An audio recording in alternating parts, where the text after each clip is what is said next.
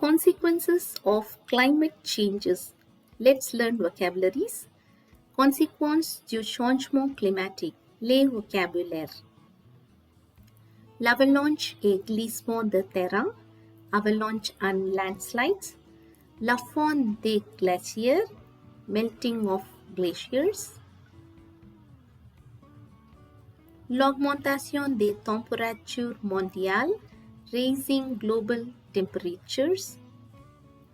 L'élévation du niveau de la mer, raising sea level.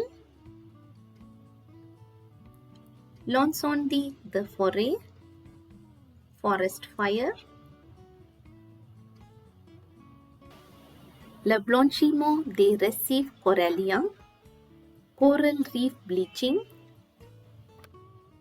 L'inondation plus fréquente, frequent floods.